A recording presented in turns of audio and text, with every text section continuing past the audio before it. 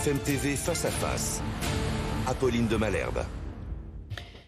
Il est 8h32 sur RMC et BFM TV. Bonjour Sébastien Chenu. Bonjour madame. Merci d'être dans ce studio pour répondre à mes questions. Vous êtes le vice-président de l'Assemblée nationale, le député Rassemblement national du Nord. Vous avez écouté, j'imagine, le président hier soir. Absolument. Il estime au fond qu'il est une arme contre vous. Est-ce que vous vous étiez pas réjoui un peu trop vite ? S'il est une arme, comme l'était Gérald Darmanin, qui était présenté comme l'arme anti-RN au gouvernement, quand on regarde les résultats, que ce soit les résultats de la politique migratoire, de la politique sécuritaire, les résultats de ce qui se passe à l'Assemblée nationale avec le vote de ce texte, on peut dire que c'est une arme un peu émoussée, que c'est un combattant qui tape un peu à côté. C'est le moins qu'on puisse dire, parce que nous considérons que ce texte, et avec le soutien d'une grande majorité des Français, eh bien, il va dans le sens de ce que nous défendons depuis toujours. Il dit même qu'il est un rempart contre vous. Je voudrais qu'on l'écoute. Il y a un problème d'immigration dans le pays, parce qu'il y a trop d'immigration clandestine et que ça crée des déséquilibres, des sujets, des pressions. Et ce serait faux de dire qu'on maîtrise tout. Donc, je considère que oui, nous, on doit améliorer les choses, parce que si on ferme les yeux, si on dit qu'il n'y a pas de problème d'immigration, on fait le jeu du Rassemblement national. Donc, je revendique de porter le projet qui est le plus à l'opposé de ce que fait le Rassemblement national. Le projet le plus à l'opposé de ce que vous faites, et pourtant vous l'avez voté. Oui, non, ça vous fait rire. Oui, mais parce qu'Emmanuel Macron, il a un peu la gueule de bois. Il dit ça, et en même temps, parce que c'est son grand truc, il nous dit, on va essayer de détricoter ce texte, il y a des dispositifs qui ne vont pas. Olivier Véran s'excusait hier auprès de tous les étrangers de la planète, a-t-il dit, de tous les étrangers du monde. Oui, vous pourrez continuer à venir. Bon, ils sont très mal à l'aise, et d'ailleurs, si Emmanuel Macron a fait cette émission hier de toute urgence, c'est qu'il devait se justifier et qu'il n'était pas très à l'aise. Mais oui, mais il assume. Enfin, je veux dire, pour le coup, vous ne pouvez pas dire hier soir qu'il ne l'assume pas. Ou alors vous avez l'impression qu'il assume sans assumer. Il ne sait pas trop où il en est, puisqu'il nous dit dans le même temps, j'assume, mais je vais déconstruire le texte. Elisabeth Borne, d'ailleurs, trahit déjà ses premiers engagements sur l'AME. Il devait y avoir un texte et un vote probablement différencié sur l'aide médicale d'État dans les mois à venir pour réformer cette aide médicale d'État. Elle fait déjà machine arrière, comme quoi il ne faut jamais avoir confiance en la parole macroniste. Mais ce texte, il est intéressant parce que ce n'est pas le texte du siècle. Pour être très honnête, nous, on ne considère pas que ce soit la réponse absolue à toutes les difficultés migratoires. Emmanuel Macron dit que c'est un bouclier. C'est un bouclier de Playmobil. Sincèrement, ce sont des mesures administratives qui vont dans le bon sens, mais il a une charge symbolique. Ce sont les LR qui ont écrit à la CMP ce texte avec la Macronie. Et en fait, nous expliquons que c'est un peu la stratégie de Zorro. Vous savez, Zorro, personne ne le voit. Personne ne le voit, mais on voit son ombre. Personne ne le voit, mais on voit son ombre. Eh bien, derrière ça, personne ne voit le Rassemblement national écrire ce texte, mais nous influons considérablement sur la philosophie de ce texte. Il y a un certain nombre de dispositions qui figurent dans le programme de Marine Le Pen, c'est très clair. Elles ont été listées, que ce soit le droit du sol, le regroupement familial, la déchéance de nationalité, la restriction effectivement du bénéfice des allocations ou des APL pour des étrangers qui sont dans une situation de travail ou pas. Tout ça, c'était déjà dans le programme de Marine Le Pen. Ça entre dans la loi et donc nous considérons que nous influons effectivement ceux qui écrivent ce texte. Vous êtes donc tout à fait d'accord avec les propos de François Hollande quand il dit ils n'ont pas forcément pris vos voix, enfin même si elles se sont évidemment associées à cette loi, mais il dit il a pris vos idées. Il a pris une partie parce qu'il ne va évidemment pas assez loin. Il y a des dispositifs qui vont pas assez loin. Sur le délit de séjour irrégulier, on aurait pu aller plus loin. Sur les cautions, vous avez vu les cautions pour étudiants. Elisabeth Borne... Il dit d'ailleurs, Emmanuel Macron, que sur les cautions pour les étudiants, il trouve que c'est une très mauvaise idée. Elisabeth Borne a tué le dispositif immédiatement puisqu'elle dit la caution, ce sera 10 ou 20 euros. Donc vous dire que c'est totalement ridicule. Quand dans certains pays, je pense à l'Allemagne, je crois que c'est 11 000 euros de caution pour les étudiants étrangers. C'est pas des cautions, il faut être tout à fait honnête. En Allemagne, c'est pas une caution. Vous mettez de l'argent... L'argent qui montre que vous avez de quoi tenir pendant la durée de vos études. Dans le même esprit, c'est-à-dire qu'on est sur quelque part... Non, mais c'est pas de l'argent que vous mettez sur un compte et que vous récupérez à la sortie. On aurait pu d'ailleurs aller sur ça, mais on voit bien qu'Elisabeth Borne immédiatement tue le dispositif caution en disant ce sera 10 ou 20 euros, donc ça servira à rien. Ça veut dire que vous considérez que, en quelque sorte, les LR se sont fait avoir là-dessus? C'est pas qu'ils se sont fait avoir, c'est que ils ont et on verra bien ce que dit le Conseil constitutionnel. Ils ont voulu durcir la loi. Nous le souhaitons aussi. Nous avons fait entrer ce concept de préférence ou de priorité nationale dans la loi, qui existe déjà sur certains points, parce que par exemple la priorité nationale, vous l'avez déjà en termes de citoyenneté dans la loi. Vous pouvez voter selon que vous soyez français ou citoyen européen à certaines élections et pas d'autres. Vous l'avez déjà dans l'emploi, la fonction publique. Vous avez accès selon que vous soyez français ou pas. Mais c'est sur les droits sociaux. Nous avons fait entrer, en tenant quelque part la plume avec laquelle écrivaient les Républicains, nous avons fait entrer ce concept de priorité nationale. Et c'est probablement ce qui gêne le plus aujourd'hui la gauche et la Macronie qui ont accepté toutes ces concessions. Quand vous dites ça, vous donnez déjà des arguments pour tenter de contrer les éventuelles attaques du Conseil constitutionnel. C'est-à-dire quand vous dites mais ça existe déjà, c'est une réponse à ceux qui disent que le Conseil constitutionnel va détricoter cette loi? Mais on verra ce que fait le Conseil constitutionnel, mais si le Conseil constitutionnel s'attaquait à cette loi, la détricotait durablement, ça voudrait dire qu'effectivement, c'est bien la Constitution qu'il faut faire changer pour y intégrer, pour y constitutionnaliser le droit des étrangers, et c'est donc bien vers un référendum qu'il faut aller donner la parole aux Français, dont je rappelle, 71% aujourd'hui nous disent qu'ils sont d'accord avec cette loi. Et il est soutenu par les Français. Comme vous, avez dans votre programme le fait de faire un référendum constitutionnel. Oui, nous l'avons depuis plus longtemps, mais que LR veuille nous copier, reprenne nos arguments, ne nous gêne pas.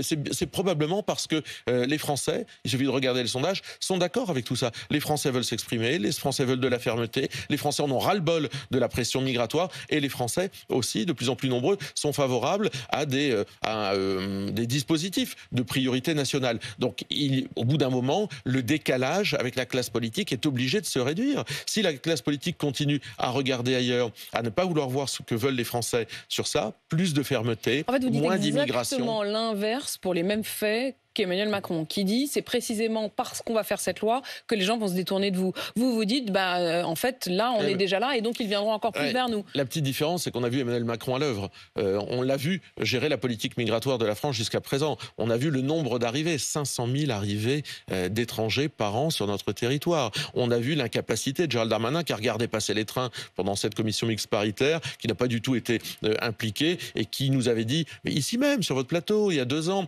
je ferai 100% de reconduite à la frontière en ce qui concerne les OQTF, je fermerai tous les points de deal. On les a vus à l'œuvre. Donc effectivement, aujourd'hui, nous dire c'est grâce à tout ça qu'on va contrer le Rassemblement national, non seulement c'est un peu de la petite politique politicienne, parce que ce qui compte, c'est les résultats au bénéfice des Français. Ça, pour le coup, cet argument, vous vous renvoyez tous la balle de la politique politicienne. L'expression d'Emmanuel Macron hier, c'était manœuvre de garçon de bain. Oui, c'est toujours méprisant.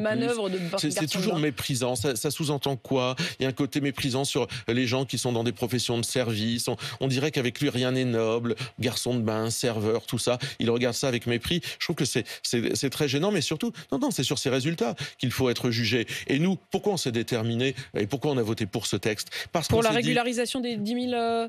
travailleurs sans papier? Alors j'y viens. Alors peut-être parce que effectivement tout ça, ce dispositif qui est en fait la circulaire Valls, a été considérablement resserré. Il n'y aura pas de possibilité d'appel. C'est les préfets qui vont décider de façon exceptionnelle. C'est aussi écrit dans le texte. Donc on a considéré que la balance penchait du bon côté. Je n'ai pas vu ce mot dans le texte. Oui, de façon au cas par cas. Au cas par cas. Mais ça ne veut pas dire exceptionnel. Ça veut dire qu'ils regarderont, ils vont faire de la dentelle. Ils vont choisir. De la dentelle. C'est exactement le mot. Plutôt que de manière exceptionnelle, qui voudrait dire que c'est réduit. On n'est plus dans l'ouverture d'une vanne insupportable. 10 000 travailleurs de plus vont être régularisés chaque année. Est-ce que vous avez vu cette partie-là aussi de la loi que vous avez votée? 10 000, ça c'est un chiffre qui est annoncé, mais on verra ce que font les préfets. Est-ce que ça voudra dire qu'il y en aura 10 000 à la fin? Pas forcément, puisque ce sera au cas par cas. Il y en aura peut-être plus alors? Il y en aura surtout peut-être moins, à mon avis, vu la pression que mettent les Français, les politiques aujourd'hui sur ces données-là, il y en aura probablement beaucoup moins. Mais simplement, on a considéré un moment que la balance penchait du bon côté. Vous savez, c'est quand vous allez de Paris à Lille et que vous êtes à Amiens, vous êtes dans la bonne direction. On s'est dit, on va pas jusqu'au bout, c'est très loin du résultat, c'est un acte 1, l'acte 2, nous on sera capable de le porter et on le fera pas la nuit dans des arrière-cuisines. Il y a des points pour lesquels, et en particulier vis-à-vis de vous, Gérald Darmanin a dit que vous aviez voté une loi qui, pour partie, était de gauche. Le fait que les mineurs, par exemple, ne pourront plus être retenus dans les centres de rétention, ça vous convient? Non, mais si vous voulez me dire que la loi est parfaite, j'ai commencé notre conversation en vous disant qu'on n'y était pas, c'était pas la grande loi qu'on attendait. Il y a beaucoup de choses à améliorer, notamment la détention de mineurs dans des centres de rétention. Nous la proposons, ça n'a pas été... Vous auriez pu vous abstenir, vous avez choisi de la voter. Mais nous avons considéré que les dispositifs qui étaient proposés... Manœuvre, non, que les dispositifs qui étaient proposés, celui notamment de la priorité nationale, celui du droit de séjour irrégulier, que les dispositifs proposés ne nous permettaient pas de nous abstenir, il fallait les voter. Mais j'oublie pas que M. Darmanin, 2 jours avant, disait mais si les députés Rassemblement National ne votent pas cette loi, alors ils devront prendre leurs responsabilités lorsqu'il y aura un attentat. Donc si on la vote pas, c'est pas bien. Si on la vote, c'est pas bien. Bon, donc nous on se détermine en fonction de ce qu'on croit être l'intérêt général et supérieur du pays, pas des atermoiements de Gérald Darmanin qui visiblement ne sait plus très bien ce qu'il faut faire en la matière. Sébastien Chenu, vous évoquiez tout à l'heure la question du Conseil constitutionnel et vous donniez en quelque sorte des arguments déjà pour dire que cette loi, elle pouvait être constitutionnelle, qu'il y avait déjà des ruptures d'égalité dans les faits et que donc ça n'en rajoutait pas. Pour autant, on le sait, il y a un certain nombre de points. Elisabeth Borne elle-même a dit qui étaient vraisemblablement inconstitutionnels dans la loi. Les quotas, d'abord, les quotas qui ont donc été ajoutés par la droite, le plafonnement du nombre de titres de séjour, ça pourrait être considéré comme une rupture d'égalité entre les demandes. Qu'est-ce que vous répondez à ça? Oui, moi je ne le crois pas forcément, mais là encore... Le Conseil constitutionnel jugera. Et ceci nous permettra de dire, si le Conseil constitutionnel nous dit que ce n'est pas conforme à la Constitution, alors il faut faire évoluer notre droit et notre Constitution et la réformer et se tourner vers les Français. Et c'est ainsi que reviendra un jour sur la table, et plus vite si c'est Marine Le Pen, la nécessaire interrogation des Français via un référendum sur cette question. Pour le regroupement familial, les sages du Conseil constitutionnel avaient déjà consacré un droit constitutionnel qui est celui de pouvoir mener une vie familiale normale, le durcissement des conditions pour l'accueil du conjoint. Est-ce que ça passe? Je pense que ça peut passer parce que ce sont des conditions d'accueil. Je rappelle que celui qui a ouvert le regroupement familial le plus ces dernières années, c'est Emmanuel Macron. C'est plus notamment simplement aux ascendants et aux descendants, c'est aussi aux frères et sœurs. Donc maintenant, c'est là aussi où cette Macronie est totalement illisible. Ils ouvrent le regroupement familial. Là, leur majorité vote un texte qui redurcit le regroupement familial, raison pour laquelle nous le votons. Donc on va voir ce que le Conseil constitutionnel dit. Moi, ce que je crois, c'est que la réponse, elle doit revenir aux Français si le Conseil constitutionnel abîme et détricote ce texte. Mais ça veut dire que vous considérez qu'en tout cas, il faudra se ranger derrière l'avis du Conseil constitutionnel, qui ne sera qu'une preuve supplémentaire qu'il faut changer la Constitution. De toute façon, c'est l'étape ultime. Le Conseil constitutionnel va nous donner son avis et nous considérons que... Et c'est pour ça que je dis aux Français, si nous on arrive aux affaires, les choses seront beaucoup plus simples dans ce domaine-là. Notre méthode sera plus simple. La manière dont Elisabeth Borne et Emmanuel Macron ont... immédiatement et de manière très remarquée dit qu'ils appelaient eux-mêmes le Conseil constitutionnel, qu'ils saisissaient eux-mêmes le Conseil constitutionnel. Est-ce que ça, c'est la marque d'un très grand respect de l'état de droit ou est-ce que vous considérez que c'est encore le et en même temps? Non mais ils ne savent pas où ils en sont. Ils veulent, en demandant au Conseil constitutionnel, détricoter la loi qu'ils ont demandé de voter à leur propre majorité. Mais enfin, est-ce que ces gens savent où ils habitent encore? Ils font voter cette loi, ce projet de loi. C'est pas nous qui l'avons initié, c'est bien le gouvernement, c'est bien Gérald Darmanin. La CMP, ils l'ont bien mené, ils ont bien négocié avec les Républicains. C'est bien Madame Borne qui d'ailleurs a zappé le ministre de l'Intérieur pour aller négocier au téléphone, caché dans la cuisine avec les LR. Donc ils ont bien fait ça, ils ont voulu. Elle a voulu ce texte, Madame Borne. Elle l'a voulu, elle nous dit j'ai le sentiment du devoir accompli. Et maintenant ils disent on attend, on espère que le Conseil constitutionnel chamboule tout ça. Mais enfin, ils ne savent pas où ils vont. Nous disons aux Français, notre feuille de route en matière de politique migratoire, elle est assez simple, elle est connue. Les dispositions que propose Marine Le Pen, elles sont connues. Nous n'aurons pas besoin d'aller nous cacher, d'aller trouver des subterfuges pour faire voter une loi. Nous donnerons la parole aux Français et les lois que nous proposons, elles sont connues, nous les assumerons et nos parlementaires les assumeront sans aucune difficulté. On n'aura pas de ministres qui menaceront de démissionner et qui ne démissionnent pas à la fin. On a presque l'impression, Sébastien Chenu, que par exemple sur le Conseil constitutionnel, ça vous arrangerait au fond que le Conseil constitutionnel retoque cette loi parce que du coup vous pourriez dire bon ça suffit pas. Parce qu'au fond si cette loi entre en application, est-ce que vous servez encore à grand chose? Non, mais c'est le service minimum, cette loi. Je vous ai dit, c'est le service minimum. On est vraiment dans la base du minimum de ce qu'on peut faire en matière migratoire. Donc, on sera aux responsabilités, si les Français le souhaitent et s'ils nous font confiance, eh bien, on aura effectivement une politique qui sera bien plus exigeante en la matière. On ira beaucoup plus loin, notamment sur les capacités de prestations sociales. Moi, j'ai des gens dans ma circonscription, je pense à Claudine Adenin hier, qui m'a dit, moi, j'ai une retraite minable, je ne peux pas toucher les APL, et des gens qui arrivent sur notre territoire vont quand même pouvoir les toucher s'ils ont travaillé quelques mois. Bon, bah effectivement, il y a des situations de dysfonctionnement et de déséquilibre. Il n'y aurait même pas, dans ces cas-là, de délai de carence, il y aurait une impossibilité de toucher les APL. Marine Le Pen a expliqué qu'au bout de 5 ans, en ayant travaillé à temps plein, il y aura la possibilité de toucher un certain nombre d'aides, ce qui n'est pas effectivement dans la loi aujourd'hui, raison pour laquelle cette loi, c'est finalement, je le disais, l'acte 1, c'est la base de ce qu'il faut faire pour aller beaucoup plus loin, évidemment. Mais quand on voit qu'ils ont du mal à accoucher de ça, on imagine qu'ils n'iront pas beaucoup plus loin. Sébastien Chenu, j'ai cru entendre tout à l'heure, lorsque je disais, je reprenais les mots de François Hollande qui disait qu'il n'avait pas pris vos voix, mais qu'il avait pris vos idées. Vous avez quand même dit, mais heureusement, ils ont quand même eu besoin de nos voix. Eux disent qu'ils n'ont pas eu besoin de vos voix, que c'est passé sans les voix du RN. J'ai l'impression que vous ne comptez pas pareil. Non, mais il suffit de faire de la mathématique, il suffit de regarder les résultats. Le Rassemblement national, si on avait voté contre, et à un moment, on s'est posé la question de voter contre ce texte, il ne passait pas. Voilà, donc nous avons choisi de voter pour. Il est passé avec une marge. Quand on enlève les voix 88 du Rassemblement national, il en manque 6 ou 7. Donc les 6 ou 7, ils les ont trouvés au Rassemblement national. Mais j'allais dire...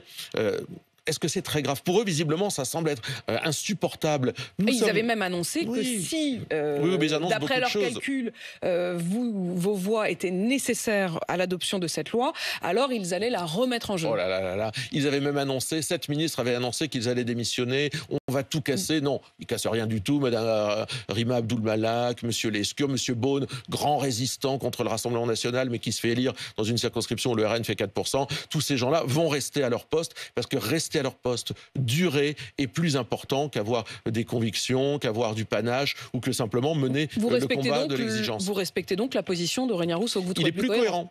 Il est plus cohérent. Moi, je pense qu'on peut être opposé à ce texte. On a le droit de ne pas être d'accord. On a le droit de ne pas être en accord avec ces dispositions-là. Aurélien Rousseau n'était pas d'accord. Il en tire les conséquences. C'est probablement, depuis longtemps, un des rares ministres qui est en cohérence avec ses idées. Madame Abdul-Malak, elle va s'accrocher, quand bien même le président de la République, hier, lui a mis un scud en la désavouant totalement sur le dossier Depardieu, par exemple. Justement, j'allais y venir. Ouais. Est-ce qu'il faut retirer la Légion d'honneur à Depardieu? Est-ce que vous considérez, comme la ministre de la Culture, qu'il fait honte à la France, ou alors au contraire, comme Emmanuel Macron, qu'il est la fierté de la France? Non, ni honte ni fierté. Gérard Depardieu est un grand acteur. Il a des propos que je trouve très malaisants, pour reprendre une terminologie un peu originale, mais la Légion d'honneur ne s'attribue pas et ne s'enlève pas sur des propos ou des critères moraux. Voilà, je trouve que c'est pas le sujet. Gérard Depardieu est un immense comédien qui peut avoir des égarements, qui peut-être devra rendre des comptes à la justice, et à ce moment-là, on verra. Mais jusqu'à présent, il n'est coupable de rien, si ce n'est de propos grossiers. Mais il y a eu beaucoup de gens qui ont eu la Légion d'honneur, qui ont eu des propos plus que grossiers, plus que gênants. Vous dites qu'il a eu des propos grossiers. Il y a même des ministres qui ont eu la Légion d'honneur et qui ont fait bien pire. Vous pensez à qui? Il y a eu des ministres dans l'histoire de notre pays qui ont déshonoré leur mandat, notamment, je pense, il y a très longtemps, Maurice Papon avait eu la Légion d'honneur.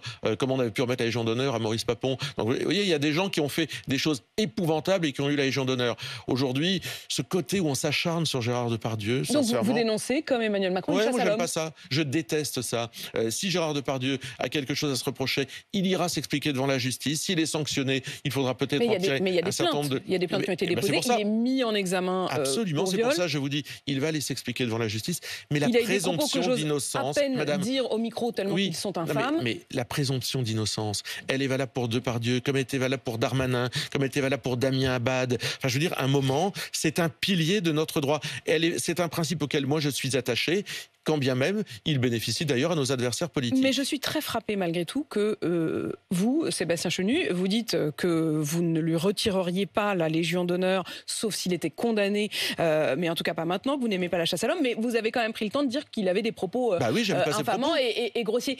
Ça vous a pas surpris qu'Emmanuel Macron n'ait pas un mot pour cela, ou qu'il soit vraiment beaucoup dans l'éloge et pas du tout sur les propos, qu'il a même remis en cause, hein, les propos de moi, je ne remets pas les propos en cause, je les trouve insupportables, ces propos, parce que nous, on a choisi, contrairement à Emmanuel Macron, de vraiment faire de la défense du droit des femmes une de nos priorités. Il dit que c'est la priorité de son quinquennat. Oui, enfin, il le disait au premier quinquennat, il le dit au second, et les résultats sont minables. Je vous rappelle que la seule proposition de loi qui a été votée à l'unanimité sur les violences conjugales, elle était à l'initiative du Rassemblement national, portée par le député Emmanuel Taché de la Pagerie, votée à l'unanimité de l'Assemblée nationale. Ça aussi, c'est encore un des résultats du Rassemblement national. Sébastien Chenu, Emmanuel Macron a promis une loi sur la fin de vie, avec un volet sur la question des soins palliatifs, mais il a dit également qu'il y aurait un projet de loi, mais qui viserait les cas incurables, dégénératifs, avec une résistance au traitement. Est-ce que vous soutenez cette loi ?